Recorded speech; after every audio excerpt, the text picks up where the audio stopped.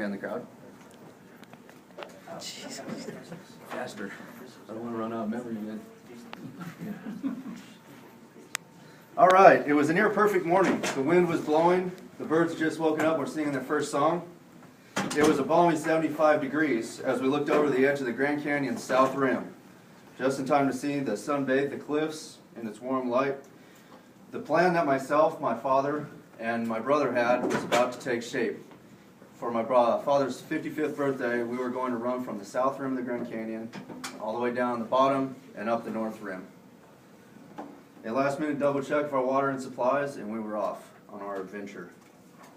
Running is a great way to stay in shape and to stay healthy.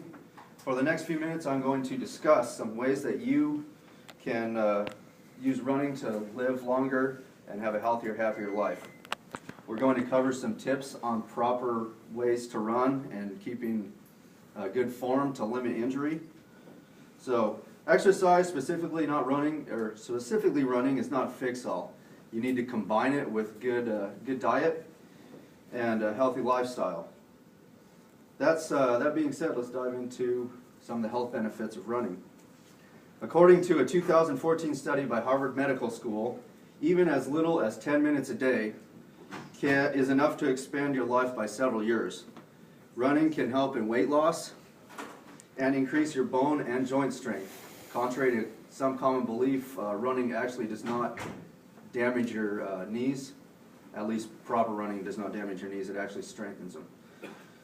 In another study by Harvard of over 55,000 people, both male and female ranging from 18 to 90 years old, not all of which were professed runners, everyone showed a much lower risk for cardiovascular disease by staying active and running. Running can help you have better quality sleep. It can also put you in a better mood and improve your concentration throughout the day. In addition to the physical aspects of running, it also helps your mental health and happiness as well. A 2006 study by Medicine and Science and Sport Exercise shows that even 30-minute bouts of exercise or running on a treadmill can counteract the effects of depression. When you run, it actually releases endorphins into your body, which has the similar effect of taking like an illegal drug and kind of gives you that high. So when you get done running, that's why you feel better. Although we have looked into many benefits of running, it can be harmful if it's overdone or if you use improper or incorrect form while you're running. We're going to cover some steps to help you improve your form and decrease injury. When you run, you want to run with short strides. Don't try and increase your speed and run faster by just increasing your stride. This can cause you to reach forward with your foot when you should be pushing off your back foot and creating your momentum that way. The optimal pace is around 180 strikes per minute for the average person, which probably everybody in the military knows. When you run, you want your foot, when it strikes the ground, to strike underneath your knee. You don't want your foot to come past your knee, otherwise it's going to be impossible to land on the forefront of your foot. You're going to end up landing on your heel, which is going to create a lot of shock. It's going to come up through, it's going to go into your knees, your back. It's going to cause severe health problems over time. Think about running barefoot. If you run barefoot and you land it on your heel, it's going to become very painful, and you're not going to be able to do it.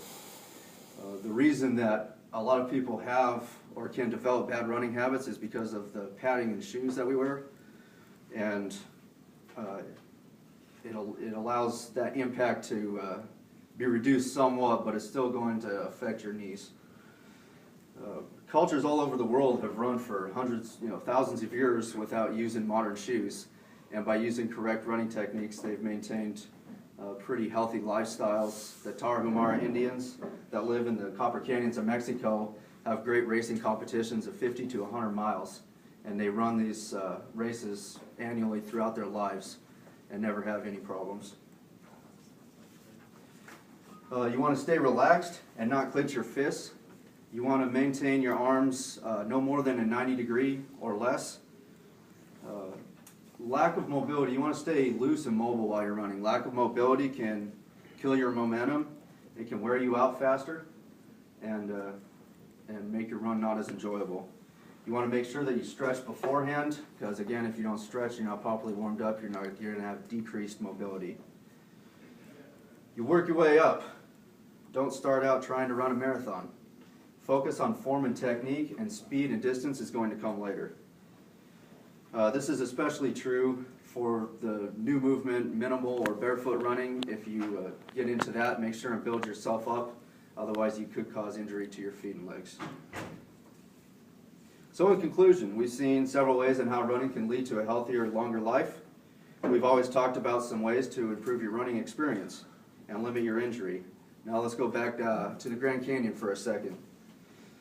Now, late that afternoon, after the short trip to the bottom, the South Rim has a pretty short slope, the run along the bottom and then the long climb out of the Grand Canyon, an elated trio finally reached the parking lot of our destination and accomplished the mission of running from the South Rim to the North Rim of the Grand Canyon in one day.